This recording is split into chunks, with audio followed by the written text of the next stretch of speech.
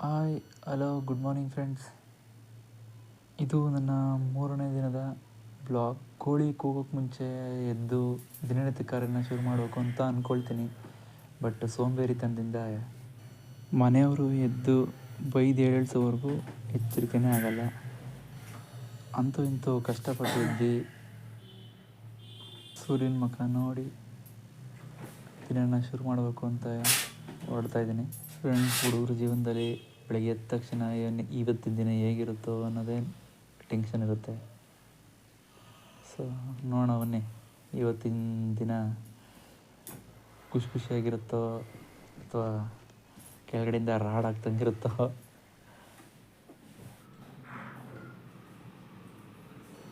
Friends, ನಾನಿರೋದು ನಮ್ಮ ಕನ್ನಡಿ.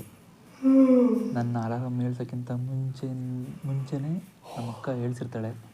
But ನಾನು ಹೇಳೋದು ಅವರೆಲ್ಲ ಡ್ಯೂಟಿಗೆ ಹೋದ ಮೇಲೆ ಎದ್ದು ಸೋಂಬೇರಿಯಿಂದ ದಿನ ಸ್ಟಾರ್ಟ್ ಮಾಡೋಕ್ಕೆ ಬರ್ತೀನಿ. ಫ್ರೆಂಡ್ಸ್, ಡೈಲಿ ಎದ್ದ ತಕ್ಷಣ ಒಂದು ಗ್ಲಾಸ್ ನೀರು ಕುಡಿಯೋದು ಒಳ್ಳೆ ಹ್ಯಾಬಿಟ್ಟು. ಬಾಡಿ ಮಾರ್ನಿಂಗ್ ಎದ್ದ ತಕ್ಷಣ ಹೈಡ್ರೇಟ್ ಆಗುತ್ತೆ.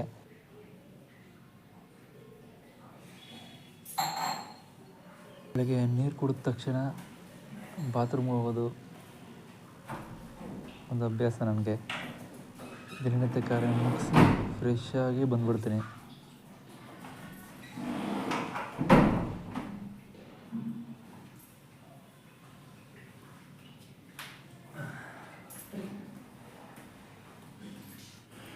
ಡೈರೆಕ್ಟ್ಲಿ ಕಿಚನ್ಗೆ. ಅಕ್ಕ ಡ್ಯೂಟಿ ಹೋಗೋಕ್ಕಿಂತ ಮುಂಚೆ ನನಗೆ ಅಂತಲೇ ಬಿಸಿ ಇಡ್ಲಿ ಅವರೆಕಾಳು ಪಲ್ಯ ಮಾಡಿದ್ದಾಳೆ. ಪೇಪರ್ ಓದೋದು ಒಂದು ಒಳ್ಳೆಯ ಅಭ್ಯಾಸ. ಬಟ್ ನಮಗೆಲ್ಲಿರುತ್ತೆ ಒಳ್ಳೆಯ ಅಭ್ಯಾಸಗಳು. ಎಷ್ಟು ಜನ ಹೇಳಿದರು, ಎಷ್ಟು ಸಲ ಹೇಳಿದರು ಪೇಪರ್ ಓದು ಅಂತ ನನಗೋಸ್ಕರ ಹಾಕಿಸ್ತಾ ಇದ್ದಾರೆ. ಬಟ್ ಏನು ಮಾಡೋದು, ನನಗೆ ಯಾವುದೇ ಥರ ಒಳ್ಳೆಯ ಹ್ಯಾಬಿಟ್ಸ್ಗಳೊಂದೂ ಇಲ್ಲ. ಸೊ ಆದಷ್ಟು ಟ್ರೈ ಮಾಡ್ತೀವಿ ಅನಿಸುತ್ತೆ. ಲೈಟಾಗಿ ಹೆಡ್ಲೈನ್ಸ್ ಏನಿದೆ ಅಂತ ಚೆಕ್ ಮಾಡಿಕೊಂಡು. ಇಷ್ಟು ಲೇಟಾಗಿ ಇಷ್ಟು ಸೋಂಬೇರಿದಿಂದ ಹೇಳೋಕ್ಕೆ ಇನ್ನೊಂದು ರೀಸನ್ ಇದೆ.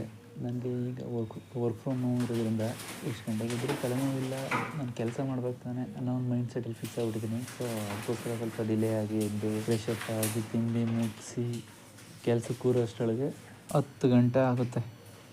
ನಾನಂತೂ ಮನೇಲಿ ಕೆಲಸ ಮಾಡಿದ್ರಂತೂ ಫುಲ್ಲು ವೈಬಲಿ ಸಾಂಗ್ ಹಾಕ್ಕೊಂಡು ಚಿಲ್ಲಾಗಿ ಕೆಲಸ ಮಾಡ್ತಾಯಿರ್ತೀನಿ. ನಾನು ಕೆಲಸ ಮಾಡೋದನ್ನೇನಾದರೂ ಆಫೀಸವ್ರು ನೋಡಿಬಿಟ್ರೆ ಇವನೇನು ಕೆಲಸ ಮಾಡ್ತಾನೋ, ಸಾಂಗ್ ಹಾಕಿ ಕೂತ್ಬಿಡ್ತಾನೋ ಅಂತ ಆಶ್ಚರ್ಯ ಆಗ್ಬಿಡ್ತದೆ ಅವ್ರಿಗೆ.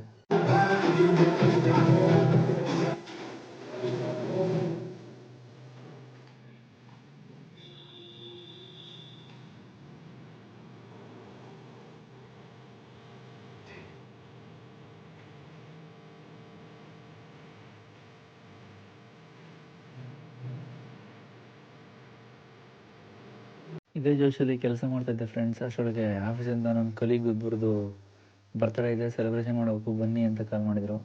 ಆದಷ್ಟು ಬೇಗ ಕೆಲಸ ಮುಗಿಸಿ ಬರ್ತ್ಡೇ ಸೆಲೆಬ್ರೇಷನ್ಗೆ ಹೋಗೋಣ ಬನ್ನಿ.